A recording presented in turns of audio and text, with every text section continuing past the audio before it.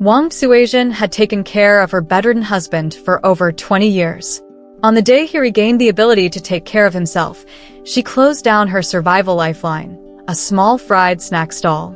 She bought meat, vegetables, wine, and firecrackers. Smiling and waving at every neighbor she passed, she eagerly announced the good news. They congratulated her. "Mrs. Fong, you can finally enjoy life now." That evening, the family gathered to eat and drink, celebrating the momentous occasion. As the last drop of wine slid down her throat, Wang Suizhen finally spoke. "I'm divorcing your dad." On Xinqing Road, the most well-known landmark was Sister Wang's skewers. For 20 years, Wang Suizhen had set up her stall near Xinqing Elementary School. Her cart, once shiny and new, had long been covered in grease.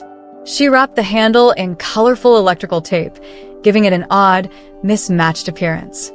Over those 2 decades, Wang Suizhen and her little cart had aged together. The vibrant Sister Wang had transformed into the more subdued Aunt Wang. Back in the day, local thugs often banded together to extort protection fees.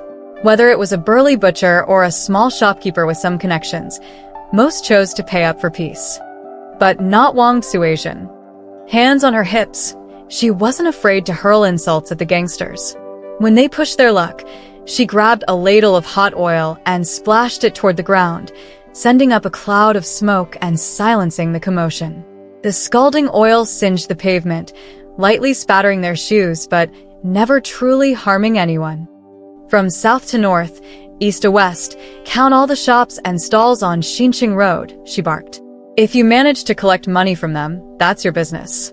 But if anyone dares to mess with my skewer stall, this pot of hot oil is coming straight for their head. The gangsters, initially defiant, found themselves at a loss when faced with her iron ladle. They collapsed into a heap, groaning dramatically. Bullies fear the reckless, and the reckless fear those who have nothing to lose, she declared, her voice steady and eyes blazing. I'm the one with nothing to lose. My husband is a disabled veteran. My son is still in elementary school, and this family of 3 depends on me to survive. If we can't make it, we'll just hang ourselves together. But before we go, I'll be thinking real hard about who I'm taking with me. Do you think you can steal food out of my mouth? Dream on. She glared fiercely, the iron ladle cutting through the air with a menacing hum. Despite her petite and frail figure, Wang Suizhen's sheer audacity left the gangsters shaken. Not daring to utter a single threat, they exchanged uneasy glances and eventually slunk away.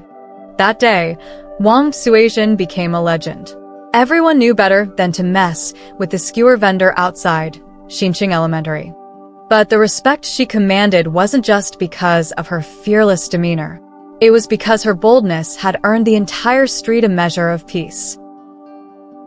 Wang Suizhen's husband, Fang Xiqiang, had been a soldier in his younger days. After leaving the military, he landed a job in a factory. In those days, factory jobs were golden opportunities, hard to come by unless you had the right connections. Fang had secured his position thanks to his status as a veteran. Fang carried himself with a certain military precision. He was efficient, dependable, and always willing to lend a hand. Popular among his co-workers, he quickly rose through the ranks, moving from an entry-level worker to a technician, and eventually to a supervisor overseeing 2 young apprentices. When Fang and Wang Suizhen got married, the celebration was lively. Military comrades, factory colleagues, and countryside relatives filled the room with laughter and cheer. Fang, cheeks flushed from drinking but standing tall, gave his new bride a military salute and declared, I, Fang Xiqiang, solemnly swear, I will never let Wang Suizhen down. If I have a sip to drink, she'll have a bite to eat. As long as I'm alive, she will never have to work hard a day in her life. His words, firm and unyielding, drew thunderous applause. Only Wang Suizhen blushed, her head bowed shyly. At the time, it was still customary to play pranks on newlyweds. The more outrageous the pranks, the sweeter the couple's future was believed to be. But Fang had thought ahead, handing out cigarettes and drinks before the wedding and quietly asking his friends to keep it low-key. Suizhen's a quiet and introverted girl, he explained. A little fun is fine, but if anyone takes it too far, don't blame me for cutting ties. True to his word, the pranks on their wedding night were minimal, just the couple sharing a noodle from opposite ends. Wang Suizhen had breathed a sigh of relief at the time, not realizing the trouble Fong had gone through to ensure her comfort. After the wedding, they became the model couple of the factory's housing complex.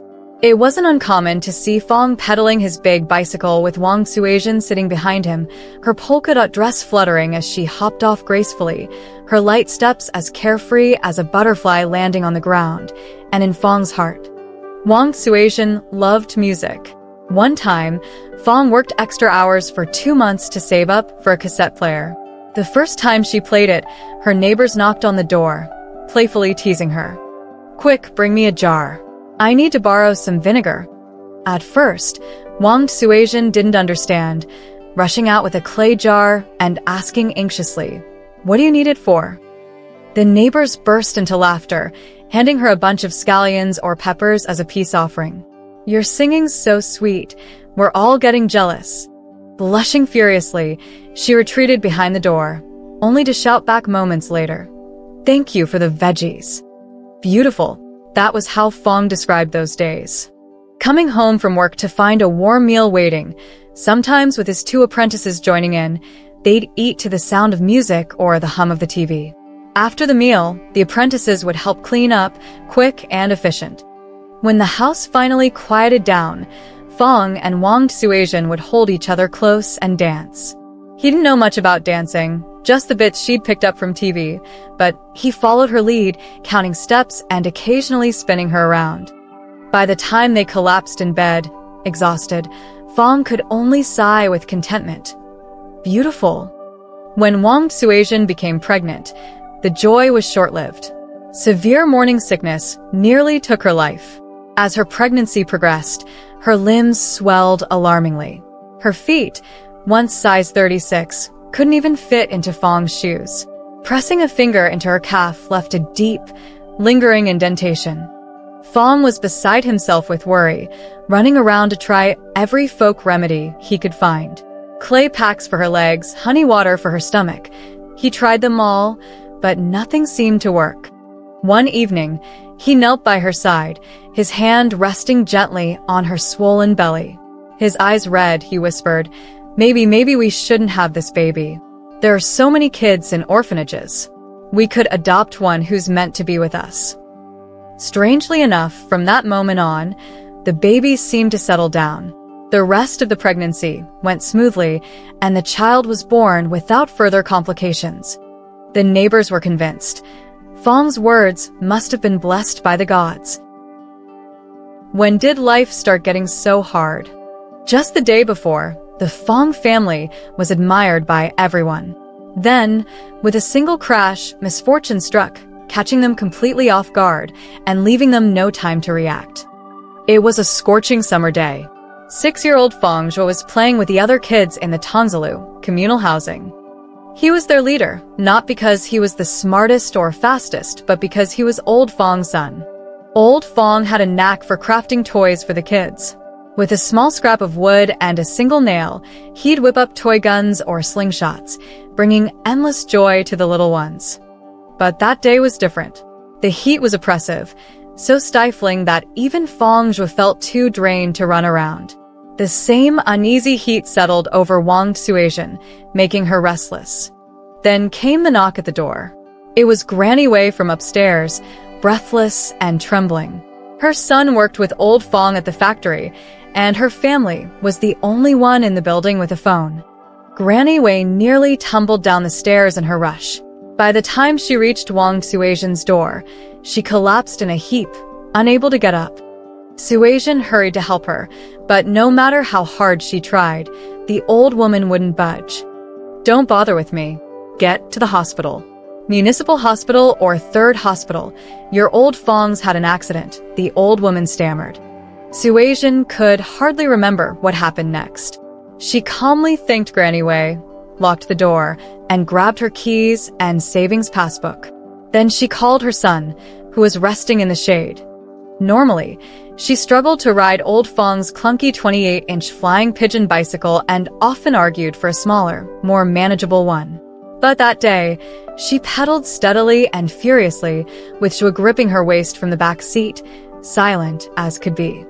At the hospital, someone was already waiting for them. It was the factory's head manager, a man who had officiated Suasian and Fong's wedding and to whom she had once bowed in gratitude. "What happened to my old Fong?" she asked in a low voice. The manager simply shook his head. Old Fong had suffered a bad fall at work. At first, he brushed it off, even managing to weld two parts together afterward. But dizziness soon overtook him, and he collapsed straight to the ground. Luckily, his two apprentices had sharp eyes and acted quickly, calling for help and getting him to the hospital without delay. Mother and son waited at the hospital all day. The diagnosis: a brain hemorrhage. Old Fong's life was saved, but he was now paralyzed, a bedridden invalid who couldn't even manage basic functions like eating or using the bathroom. Suasian didn't understand the medical jargon. All she knew was that her husband's condition brought sleepless nights and endless tears. She pounded his body in frustration, caught between anger and helplessness. She sobbed, "People said you had the mouth of a god, that whatever you said would come true. Well, say something now. Say you'll get better. Say you'll stand up again."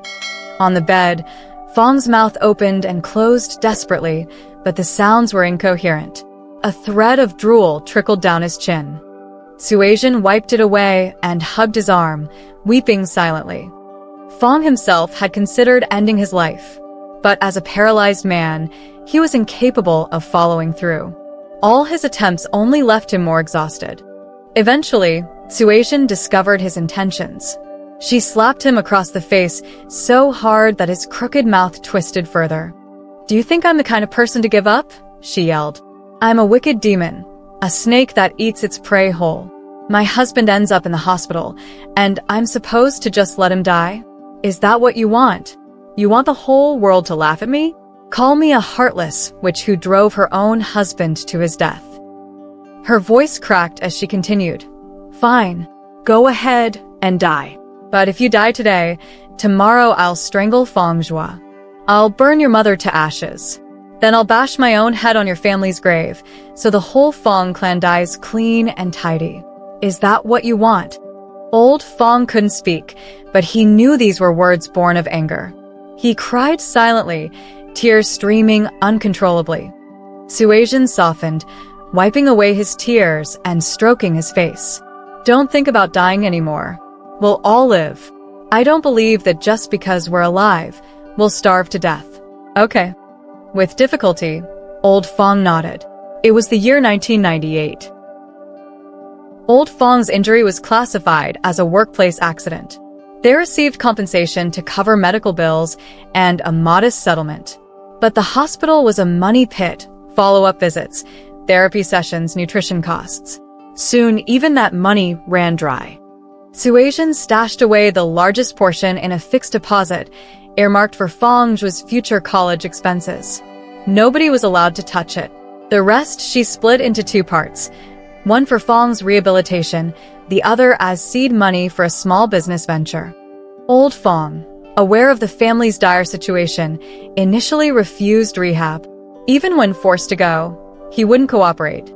Watching him through the door, Suasian seethed. Ignoring others' protests, she barged in and slapped him so hard that stars danced in his eyes.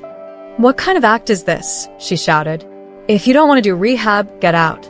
From now on, Fong Zhua will call you uncle. Go ahead, see how that feels. But if you dare slack off again, I'll chop off your legs and make dumplings out of them. Add some rat poison, and take all three of us to the grave. Then you can do whatever you want." She followed her usual pattern, first a hard scolding, then gentle coaxing. She cradled his head and said softly, "Listen to me. I've asked the doctors. They say there's a chance you'll recover. Do you want me to take care of you forever? Do you want your son to live with the shame of having a deadbeat father?" Her words worked like magic. From then on, Fong became the most diligent patient in therapy. The factory job had been stable, but it was also limiting. The pay barely covered their tight daily expenses. Suasian decided to start a small business. Even if it was something as simple as selling tofu or wholesale knickknacks, she was determined to make it work. If others could make a living this way, why couldn't she? After much deliberation, she settled on selling fried skewers outside the local elementary school, a plan that conveniently aligned with taking Fangzhou to and from school when he started the following year. Fang's apprentices proved loyal. Hearing about her new plan, they helped her set up, from sourcing equipment to rigging a cart. The cart was a sight, a propane stove mounted on a tricycle with a wok in the cart bed. When oil sizzled and skewers hit the pan, the aroma and crackling sound were irresistible. Brush with sauce, sprinkle with seasoning, done. Suasian experimented tirelessly. Cabbage, for example, needed just 3 seconds in the oil to retain its crunch and sweetness. Lotus root took slightly longer, but not too much. Meat was the trickiest. The batter had to be just right, neither too thin nor too thick, striking the perfect balance between adhesion and crispness. She kept refining until every neighbor agreed her skewers were the best. When neighbors insisted on paying, she refused, her eyes red with emotion. We're all from the same building. Haven't we all eaten each other's food? You think I'll take pity money because of what happened to old Fang? I still have my hands and feet. There's no way I can't make this work. Unable to argue with her, the neighbors instead brought her gifts, bags of potatoes, tins of candy, small tokens of support. Every dawn, Wang Suasian went to stock up on supplies. She sold skewers outside the school gate, ensuring the ingredients were always fresh. Back home, she hurriedly prepared breakfast for Fangzhou and fed her paralyzed husband, Lao Fang. Once Fangzhou left for school, she began cleaning and preparing the ingredients, washing, chopping, and skewering. As school dismissal time neared, she pushed her cart back to the gate. At first, Wang Suasian felt embarrassed, hiding behind her cart whenever anyone approached, instinctively wanting to run away. But life left her no choice. Steeling herself, she stomped her foot and shouted for the first time, "Skewers from Sister Wang, hot and fresh." Once the children dispersed, she returned home, ate a simple meal, and tackled the endless chores of cleaning the house and doing laundry. By the time afternoon classes began, Wang Suasian was back at her cart. Only after the school bell rang could she head home, where she massaged Lao Fang, turned him over, changed his catheter bag, and cleaned up his waist. She didn't have a single moment to rest. The final rush came when school let out in the evening, and she needed to be there. After school, Fangzhou often perched on the back of her tricycle, his legs bent, doing homework. Occasionally, when his mind wandered, Wang Suasian would land a precise kick under the cart without missing a beat in frying skewers. For her, the most relaxing time of the day was after the kids had gone home. If there were leftover skewers, she fried them for her son to eat. Riding the tricycle home, Fangzhou would sit atop it, eating skewers while they talked about the day's encounters. Under the streetlights, Wang Suasian looked at Fangzhou's face. It bore such a resemblance to Lao Fang's. She sighed, straightened her back, and felt that life wasn't so hard after all. However, the skewer stand didn't last long. A new regulation prohibited stalls on Xinqing Road, and Sister Wang's skewers were no exception. For others, the ban just meant moving to a different location. But not for Wang Suasian. She had carefully chosen that spot. It was close to home, allowed her to pick up Fangzhou, and still let her care for Lao Fang. Any other place would make it impossible to manage everything. Defying the rule, she tried sneaking back several times, but after repeated warnings, officials confiscated her tricycle. That night, Wang Suasian cried until dawn. Lao Fang wanted to comfort her, but could only sign guilt. But Wang Suasian was no pushover. Rising early, she rummaged through old belongings and found Lao Fang's military uniform from his service days, carefully wrapping his awards from the factory alongside it. Without telling her family, she left in silence. She went to the neighborhood office, but they dismissed her. Then to the police station, only to be told it was the city management department's jurisdiction. Undeterred, she carried her bundle to the city management office. The officers there were helpless too, apologizing that the regulations came from above. Through sheer determination, this woman from a muddy corner of life managed to reach the mayor. Standing before him, she laid out her husband's accolades one by one. Her head held high, she showed no shame, only pride. "Sir, my family has always followed the law. My husband served as a soldier, and after retiring, he became a model worker in the factory. Ask anyone there, they'll tell you Feng Shuqiang's name brings applause. Now that he's fallen on hard times, we're not asking for handouts, only a chance to make an honest living. Can't you help us from starving?" The mayor was silent. Wiping his face, he half knelt, holding Wang Xuejian's hands. No one knows what they talked about that day, but Xinqing Road soon had a new regulation. The road now allowed certain disadvantaged groups to set up stalls, free of fees. The vendors on Xinqing Road, all dealing with personal hardships, revered Wang Xuejian for securing a lifeline for them all. For Wang Xuejian, no amount of labor was too much to bear. Hard work had long shaped her life, turning a once beautiful woman into a weathered middle-aged figure. She could handle that. What truly hurt her was Feng Zhua. She couldn't understand how her once obedient son had changed overnight. "Can't you stop selling those greasy skewers?" Feng Zhua shouted, kicking over the tricycle. The stand Lao Feng's apprentice had welded broke a leg with a sharp snap. "Everyone calls me Oil Boy. I reek of that filthy grease, no matter how much I wash." His face flushed, veins bulging on his neck as he clenched his fists. "Why can't you be like other moms who work in offices? Why does my dad have to be a cripple?" Before he could finish, Wang Xuejian's slap cut him off. Mother and son glared at each other like enemies, both trembling. Finally, Feng Zhua shoved past her and ran out. Pretending nothing happened, Wang Xuejian walked back inside. Lao Feng, lying on the bed, turned his head away. "Where'd he go? Why can't I find him?" she mumbled, picking up a roll of electrical tape as an excuse to leave the room. In truth, she understood Feng Zhua. 15 or 16 is the age when a boy cares most about pride. Others wore white sneakers to play soccer, while Feng Zhua's shoes were patched repeatedly with glue. Every time it rained, they fell apart again. Knowing the family struggles, he never complained, even as his toes became misshapen from squeezing into too small, worn-out shoes. By the time Wang Xuejian noticed, his feet were already deformed. As a mother, she felt both heartache and helpless guilt.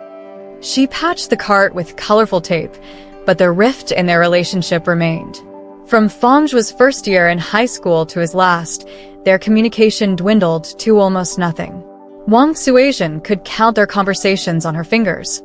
She wanted to make amends, but every time she saw his faded uniform, worn-out shoes, or torn backpack, all she could feel was sorrow. Years later, when Feng Zhua had his own family, he spoke of those times. His wife added, "Love is often feeling like you owe."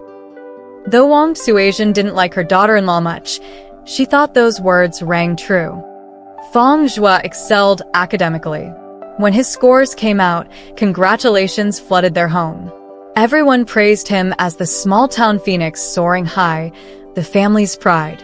The night before he left for college, Wang Xuejian made a feast, 10 hot dishes, 8 cold ones, and their best wine, saved for years. The biggest table couldn't hold it all. The family sat in silence, eating and drinking in a strained quiet. "Son, money's tight in college. If you need more, tell Mom. We've failed you over the years. It's our fault," she said. At that, Feng Zhua slammed his glass down and broke into sobs, burying his head on the table. Before they could console him, he dropped to his knees with a loud thud. "It was me, I was awful. I said horrible things that hurt you, Mom. I didn't mean any of it. Kids at school mocked me and I didn't dare fight back. I only knew how to vent on you and Dad. I was spineless. I saw you crying while fixing the cart, but I didn't have the courage to apologize. I'm so sorry. I was scared you wouldn't forgive me." The three of them held each other, crying until the bitterness in their hearts was washed away. The days seemed to improve again as Fang Zhuo grew older. After graduating from university, Fang Zhuo returned to work in the city, sharing the burden of the family with Wang Suizhen. Even Lao Fang's health improved slightly, and with help, he could take a few steps on his own. In 2015, Fang Zhuo brought a girl home. She had a round face, big eyes, and a cherry-like mouth. She spoke in a soft voice, and when she smiled, she would cover her mouth with her hand. Wang Suizhen opened the door and rubbed her hands on her apron before greeting the girl. The girl hesitated for a moment, as if evaluating this cramped and modest home. Wang Suizhen awkwardly curled her fingers in the air and reluctantly stepped aside to let her in. It was the worst meal Wang Suizhen had ever cooked. Through the old sliding door, she could hear laughter and cheerful voices from the living room. Anger suddenly surged within her, and she slammed the knife and pot lid, making loud clattering sounds. The meal was not enjoyable. The girl quickly noticed Wang Suizhen's hostility, made an excuse to leave, and Fang Zhuo shot her a resentful glance before chasing after her. Wang Suizhen pretended to be unaffected and continued eating. Half a bowl of rice was scattered across her plate, but she couldn't swallow any of it. That night, Wang Suizhen tossed and turned in bed, unable to sleep. Every time she closed her eyes, she recalled the argument with her son in the afternoon. Sitting on the sofa, wiping her tears, she rarely showed such vulnerability. "I don't care. There are so many girls in the world, but why her? There are so many girls, and I only want her," Fang Zhuo retorted. He rarely defied his parents, but this was the first time. "Look at her.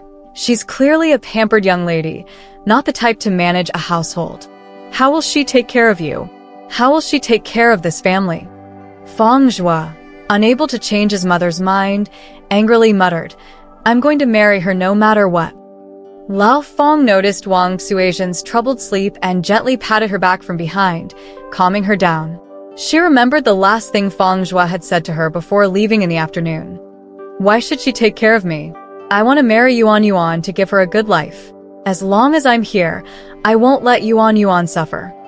She remembered her own wedding day, the grand hall filled with voices of congratulations and applause. She and Lao Fang were surrounded by the crowd. Lao Fang, just like Fang Zhuo today, was full of enthusiasm. He said, "I will never let Wang Suizhen down. As long as I have a bite to eat, Wang Suizhen will have a bite of meat. As long as I am here, she won't have to worry for a single moment." Wang Suizhen closed her eyes, tears streaming down her face. Lao Fang's voice came from behind her, mixed with his snoring and the sound of him swallowing. "Children and grandchildren will have their own blessings." Wang Suizhen took out all her savings, 30,000 yuan, which she had earned bit by bit from selling fried skewers.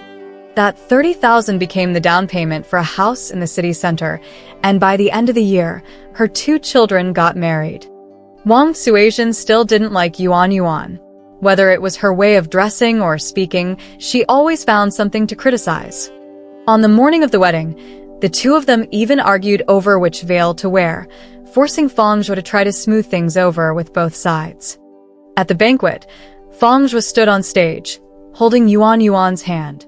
The host spoke formal words, the guests cheered, and Wang Suizhen found herself unexpectedly tearing up. When it was her turn to go on stage, she took off the silver bracelet she had worn for nearly 30 years and placed it on Yuan Yuan's wrist. "This is the bracelet Fang Zhuo's grandmother gave me on my wedding day. It's not something precious, but a sentimental keepsake. Now I'm giving it to you. From now on, we'll be family," Wang Suizhen said, her voice choking. After the ceremony, Fang Zhuo approached her with a mischievous smile, wrapping his arm around her neck. "Mom, what made you change your mind? Get lost. Do you treat your mom like a trash can? What do you mean? Change your mind? You don't know how to speak to your mom properly," Wang Suizhen said, shrugging off his arm.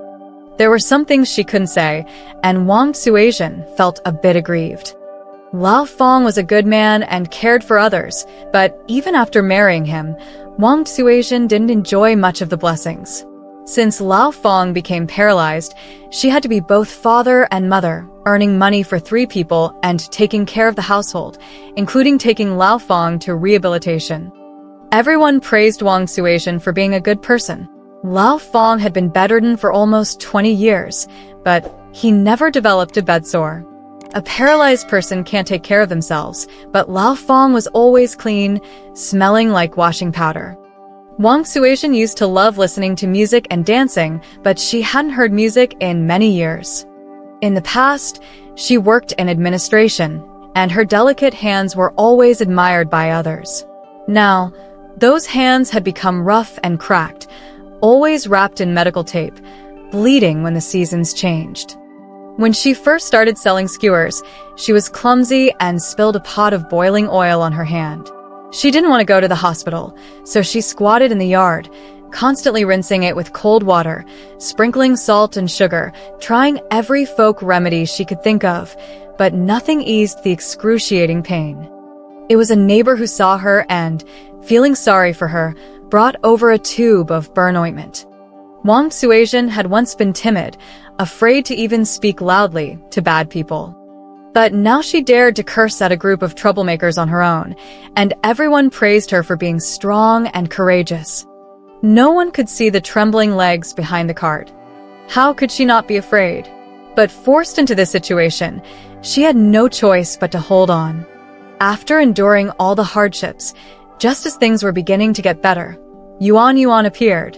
Wang Suizhen overheard the 3 of them chatting happily in the kitchen, and jealousy surged inside her. She secretly sensed that a new person was entering the triangle she had carefully crafted, and the balance of their family was shifting. Wang Suizhen felt a mixture of jealousy and resentment. She had worked so hard for this life, and yet someone was coming to take it all away. She wanted to stop it but felt powerless.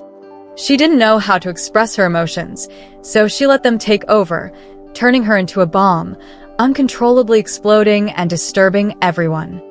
Then, when she saw Feng Zhua and Yuan standing on stage, she seemed to return to 30 years ago when Lao Fong had stood with her, making promises. Wang Suizhen realized that Yuan wasn't here to take something away. Like her and Lao Fong 30 years ago, she was here to build a new family with Feng Zhua. Wang Suizhen couldn't tell if she had finally understood, or if she had just resigned herself to fate. She stepped onto the stage and handed over the old silver bracelet. Everything was the same as 30 years ago, with the bracelet now on the new couple's wrist. No one noticed Wang Suizhen's quiet sigh, a sigh full of mixed emotions. The summer of 2018 was the hottest one Wang Suizhen had ever experienced. Wearing rubber sandals, the heat felt like it would burn through the soles, and the heat was so intense that people seemed to be melting into water. August 23rd was Lao Fong's 50th birthday. Wang Suizhen had been busy since early morning, as she had done every year for over 30 years on his birthday. She always made a bowl of homemade noodles with sauce for him. She first heated oil to fry the sauce, then added cubed fatty pork. Once it became translucent, she added lean pork cubes, frying it to about 80% cooked. Then she added chopped cabbage and let it stew under a lid for a couple of minutes, seasoning it just before serving. The whole house filled with the aroma of fried sauce.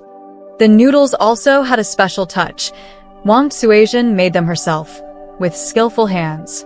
She insisted on the 3 shines: the shine of the noodles, the shine of the bowl, and the shine of the hands. Though it seemed simple, there were many considerations: how much water to add, how long to knead, and the proper resting time for the dough. The most important part was cutting the noodles. If she added too much flour, the noodles would turn into mush when boiled. If too little, they would stick before cooking. Wang Suizhen's noodles, no matter how long they boiled, always stayed clear, and the noodles never clumped together. When Yuan first tasted her homemade noodles, she exaggeratedly said that Wang Suizhen should not sell fried skewers, but should set up a noodle stall instead. Yuan even specially learned how to make noodles from Wang Suizhen, but no matter what, they never tasted quite right. The kitchen was hot, and Wang Suizhen brought the sauce out, wiping her forehead with her sleeve. She thought back to that summer 22 years ago when Lao Feng suddenly collapsed and their whole world crumbled. But Wang Suizhen, with her weak shoulders and stubborn resilience, had shouldered the responsibility. She habitually called out to the house, "Lao Feng, lunch is ready." The next moment, a bowl crashed to the floor. Wang Suizhen pressed her hand over her mouth, unable to make a sound. Lao Feng walked out of the room, his legs trembling, but he moved steadily, step by step. Wang Suizhen could see the sweat on his forehead and hear him muttering to himself.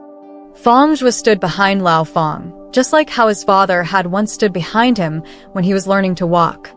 "Suizhen, I can move by myself," Lao Feng said, opening his mouth wide. In his rush, saliva dripped from the corner of his mouth, landing on the handkerchief on his chest, clearly visible and shining in the light. Wang Suizhen stood frozen, her hand pressed over her mouth, tears streaming down her face. Her body trembled, as though about to faint, yet she stood so firmly. "God." After a long pause, Wang Suizhen exclaimed, "God, why did you open your eyes now?" "Don't cry," Lao Feng said urgently, his mouth crooked and trembling, but he insisted on speaking.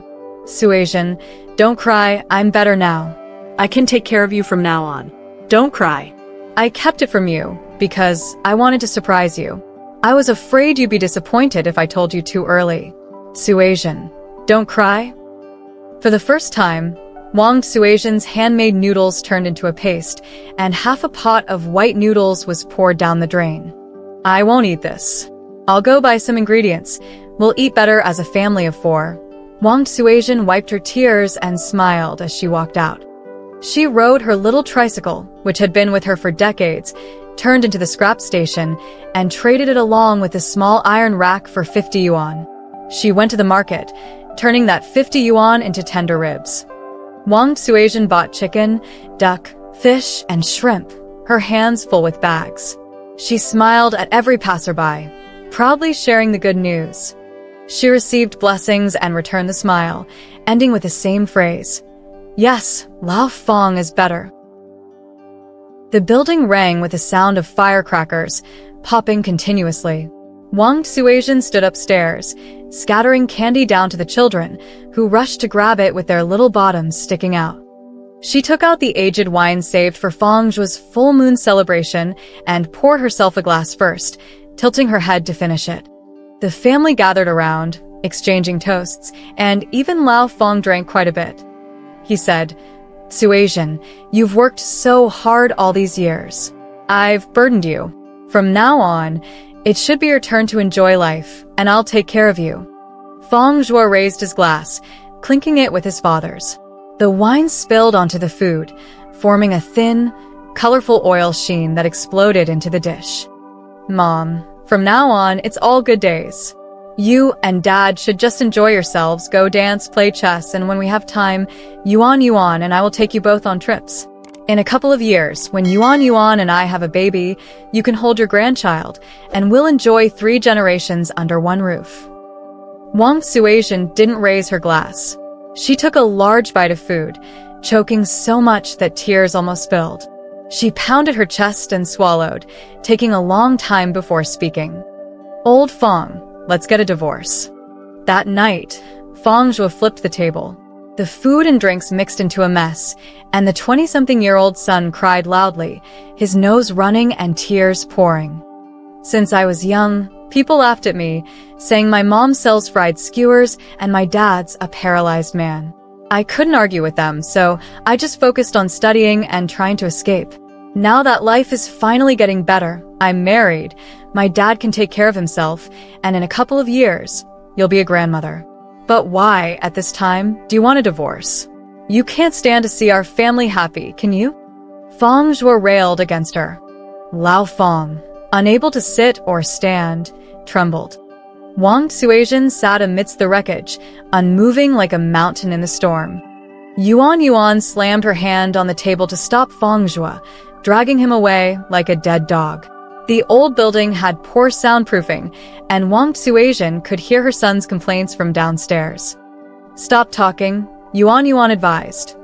I'm not done talking. She's getting old and doesn't know what she's doing, acting on impulse. They say the older you get, the more confused you are. I think Mom is like that, getting older and losing her mind. Things were getting better, and now she wants a divorce.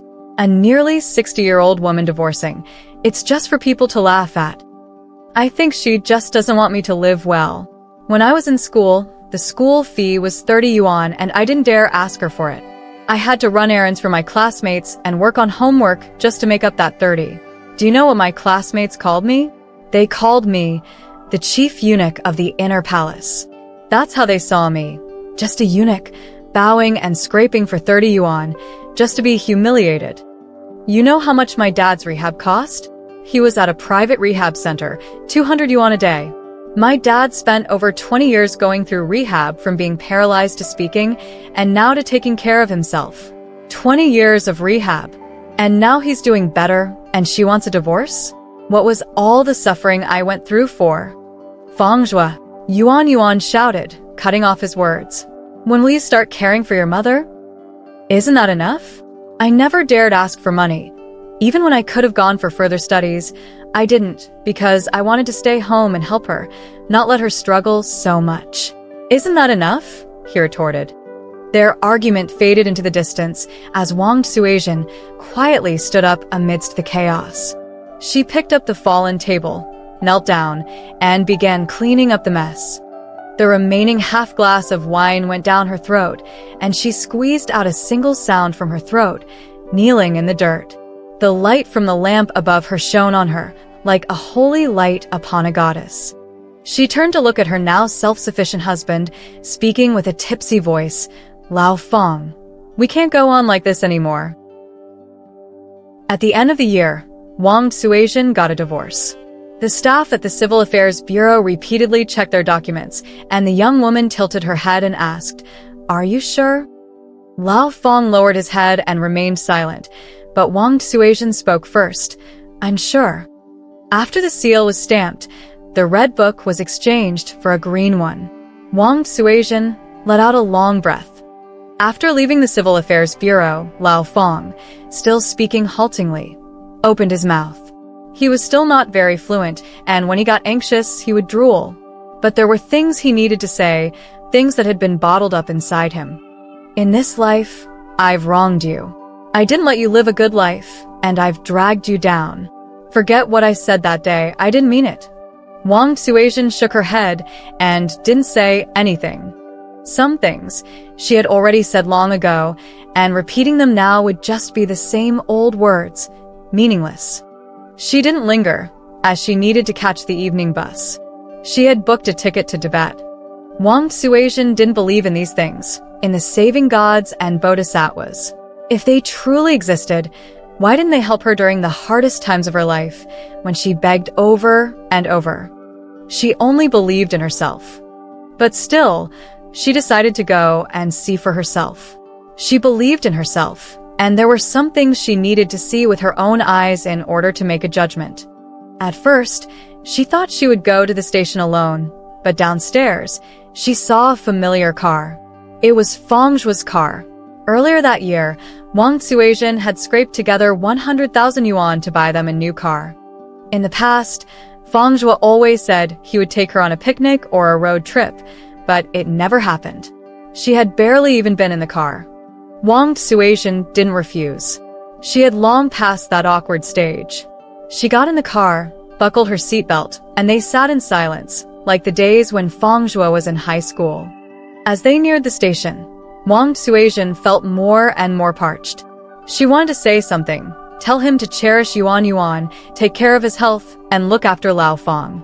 The words were on the tip of her tongue, but she swallowed them down, just like she swallowed her saliva. She looked at her son beside her, tall and young, with eyes like Lao Feng's and a smile like her own. Wang Suizhen let out a deep breath. She understood the man in front of her just as she understood what she needed. People cannot be educated through words. Her son would have to figure things out for himself, to face the world on his own. "Mom."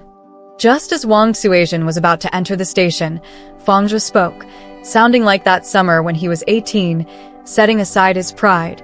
abandoning the image of a young man and returning to his purest self, crying and asking for forgiveness from his mother. Don't cry.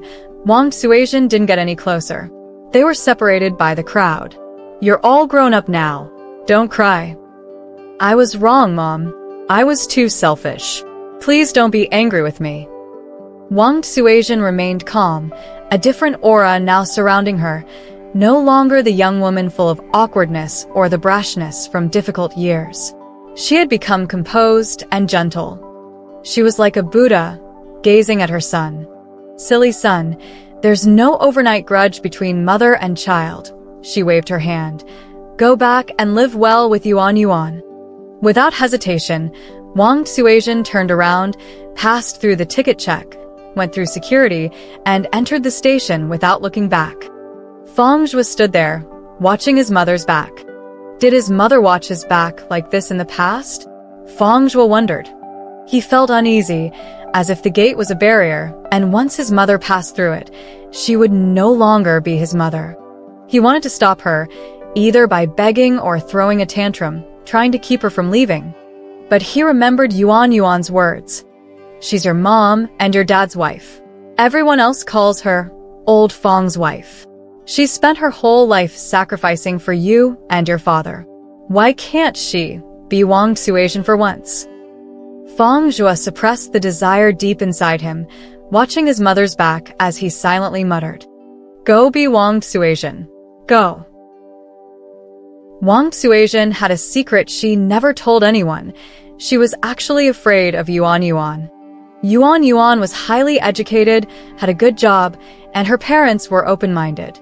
As for herself, Wang Suizhen carefully thought about her own strengths and only grew more frustrated. She was just an unworldly middle-aged woman, stingy, petty, and even fierce. It's said that mother-in-laws and daughters-in-law are born enemies. Wang Suizhen couldn't help but compare herself with Yuan Yuan, and she wondered how she could ever defeat such a strong adversary. Fear, wrapped up in hostility, was digested slowly by her rational mind, leaving behind jealousy and a subtle imbalance, which finally turned into a lump of stone, heavy and sticky, lying between the two of them. Wang Suizhen once thought this was how life would always be. In the first half of her life, she served Lao Fang and took care of her son. After her son set up his own family, she would focus on caring for Lao Fang. But she never expected that one day, when Lao Fang became self-sufficient again, she would suddenly say she wanted a divorce. She was shocked, not understanding how she could have said such words. She felt that Fang Zhuo was right. She had lived this way for most of her life. Why should she get divorced now? She wanted to take her words back, but the lightness of the moment wasn't a lie. She opened her mouth, but the words "don't divorce" just wouldn't come out. Wang Suizhen sat amidst the mess, hearing her son's complaints and hearing Yuan Yuan speak on her behalf. She took a big gulp of wine and turned to look at Lao Fang. She suppressed the burning sensation in her throat. She said, Lao Fang, we have to get a divorce. The atmosphere in the family became tense, and her relationship with her son sank to an all-time low. The daughter-in-law, whom she had once disliked the most, had become the family's communicator, handling all the conversations and appeasing everyone. During New Year's Day, Yuan Yuan also came to the gathering. It was the same setting, the same food, and once again, Wang Suizhen found herself saying the same thing to the same people. I want a divorce. Fang Zhuo gasped, like an old ox in the fields, wheezing as he tried to hold back. Wang Suizhen remembered how the adults used to say that for disobedient children, they should put a nose ring on them so they could tug at it when needed. At this moment, it felt somewhat fitting. Lao Fang jumped in, speaking first. Suizhen. Lao Fang's voice trembled. His once proud back had become hunched due to illness, and under the harsh light, he looked like a dried-up date, wrinkled and pitiful. I know I've burdened you all these years. If you don't want to live with me anymore, I won't blame you. But you have to at least tell me why, right? Do you think I'm a burden? Wang Suizhen stared into his eyes. Though they were only separated by a table, she felt like there were 1,000 mountains and rivers between them. Lao Fong, I've taken care of you for over 20 years. You know how hard it was back then. I've had big and small illnesses, but I never wanted to go to the hospital. When my legs hurt so badly I couldn't stand, I didn't even want to buy a patch. Just took a couple of painkillers and called it a day. You've seen other paralyzed people, haven't you? Their flesh rots and fuses together. What about me? I never even let you warm my wet pants. How cold were the days when we hung your clothes out on the balcony? How can you blame me? Wang Suizhen choked up. Anyone can criticize me, Wang Suizhen, but how can you say this to me? Lao Fong lowered his head and drank the entire cup of wine. I know, but after such a hard life, why divorce now? Could it be that you have someone else? You. Wang Suizhen suddenly stood up, then slammed back down, her eyes filled with rage, and tears were already gathering on her chin. You have no conscience. I took care of you when you were ill, looked after the child. I've spent my whole life on this, and now you say such things. If I were that kind of person, I would have left 20 years ago. Don't say it's you. I'd even leave the child. I've devoted myself to taking you from a paralyzed state to being able to move, and that's not enough? Should I be trapped in the Lao Fong family forever? Lao Fong knew he had said the wrong thing. He tried to explain, but it was hard to get the words out. His lips trembled, and in the end, he could only drink one cup after another. Wang Suizhen, originally hesitant about this confrontation, softened a little when she saw Lao Fong's pitiful state. She tried to comfort herself, telling herself to let it go and just move on. Don't make things hard for everyone. She sat there at what felt like a trial, with a husband she had cared for with so much effort and a son who had once been nurtured by her. Watching their faces and listening to their accusations, it felt like a heavy blow. Wang Suizhen felt as if she were living in a different world. She said, I've had enough of this life. I want a divorce. Had enough? Fong Zhua sneered. Now you say you've had enough. I'll tell you, I've had enough for a long time. I was done with it in high school. And now, I'm still done with it. He squeezed his forehead, holding back his emotions. Tell me, what do you really want? You've had enough of this life. You can get married and start your own family. Your dad can take care of himself now, and he won't be a burden to you anymore. Why can't I live the life I want? Wang Suizhen fumbled with the words, repeating them clumsily. I support mom getting a divorce. Yuan's voice sounded sweet, almost like she was coaxing, and Wang Suizhen had always found it annoying before. But now, it carried a certain strength. I support mom getting a divorce.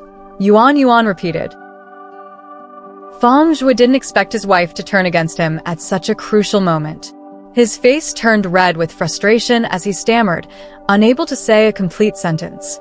He took a sip of tea, with tea leaves still stuck to his lips, not having time to spit them out. What are you causing trouble for? You're the one causing trouble, Yuan said firmly. This is between mom and dad. They should sort it out themselves. Why do you have to butt in and make things uncomfortable for everyone? Enough from you. Yuan cut off Fong Zhua. Stop bringing up the past. It's always the same thing. Your childhood wasn't hard because of your mom. Which of your needs weren't taken care of? Even for your wedding, your mom gave you 30,000 yuan.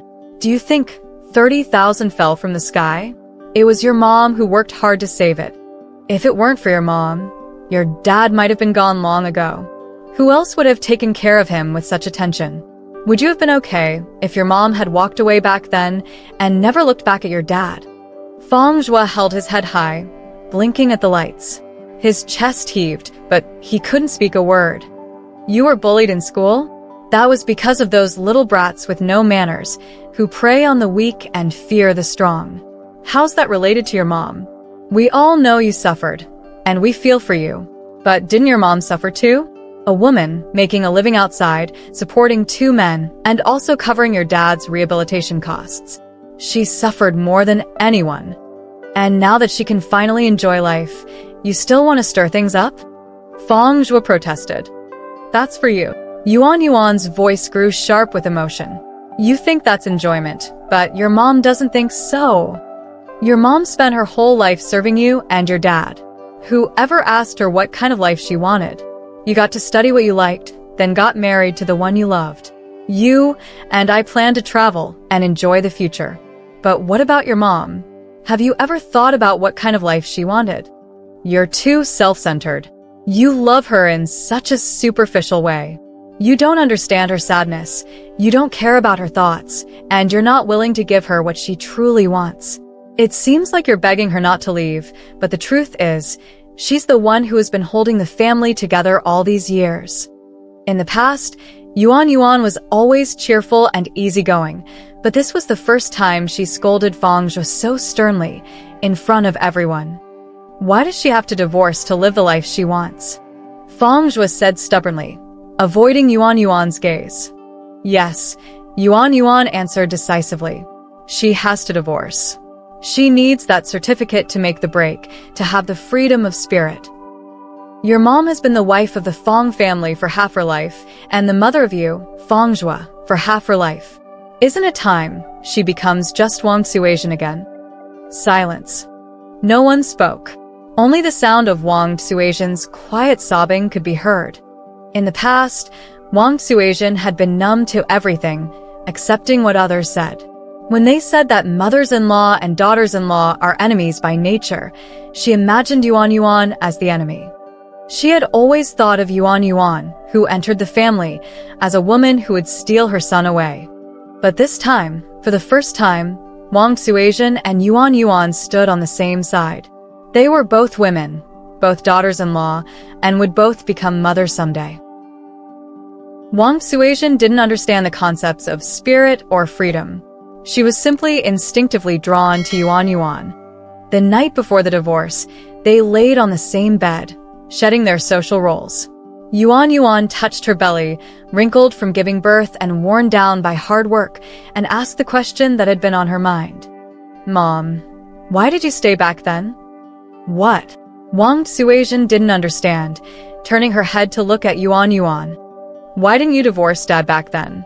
Why did you stay and take care of him? What kind of question is that? Isn't it just what should have been done? Wang Suasian waved her hand. In her simple worldview, there was only one right way. To stay. Your dad is a good person. Back then, we were all struggling, and he still took on side jobs to buy me a tape recorder. A person should be ethical. If someone is good to me, I should be good to them too, Wang Suasian added. That's just how it should be, she repeated. The love from her early years had been worn down through years of hard work. What remained was a heart that persisted only because of moral duty. Now that he's better, I can finally leave, Wang Suasian said with some urgency, searching for validation. Yuan, do you think I'm doing the right thing? Yuan nodded, responding to Wang Suasian's unease. So, where do you want to go? Yuan asked. Wang Suasian hesitated, feeling a bit embarrassed. I want to go to Tibet. I always see people burning incense and chanting Amitabha in prayer. When I couldn't bear it anymore, I burned incense and chanted too, but life was still tough. The great gods never came to help me. I want to see what they believe in, what they chant, and whether their Buddha really helps others but never helped me. When Wang Suasian arrived in Tibet, she listened to the teachings of Buddhism, recited mantras, and made offerings to the suffering people, accumulating merits. She even bought a small Ga box and sent it to Yuan. She knelt before a solemn Buddha statue, quietly chanting and bowing like a sincere disciple. But when she stood up, her eyes were clear, and there was no trace of submissiveness. She stopped a monk and asked, "What is Buddha?" Seeing the true nature is becoming Buddha. When the nature is realized, it becomes the path, the monk answered. Wang Suasian didn't understand these words, but she shook her head and tightened her grip. How can I see the Buddha? She asked. She was eager to see the Buddha, whether the true Buddha or an incarnation. She just wanted to ask questions, though she didn't even know what she needed to ask. The monk clasped his hands together and bowed slightly. If one can transform things, they are like the Tathagata. She wanted to chase after him and ask for a clearer answer, but stopped in her tracks. She thought perhaps the Buddha couldn't explain her suffering, so he could only speak in mysterious words to confuse people. Before leaving, Wang Suizhen made one final offering. There were so many people suffering in the world, so if she could help one person, she would. Wang Suizhen bought a ticket to Xiamen. She had lived most of her life in a small northern city and had never been to the south or seen the ocean. She had once met a girl from Xiamen who helped her with oxygen, and now she wanted to see for herself what kind of environment could produce such a fresh and lively person. While waiting for her train, Wang Suizhen received a photo from Yuan Yuan. Inside her palm was a small Ga box, and inside was not a Buddha statue or Thenka, but a small photo taken on the day of Wang Suizhen's divorce. The photo fit perfectly into the box. She said, "If one can transform things, they are like the Tathagata." Wang Suizhen didn't understand this phrase, but she understood the meaning of the next one. She said, "Go be Wang Suizhen. Go be Wang Suizhen. Go.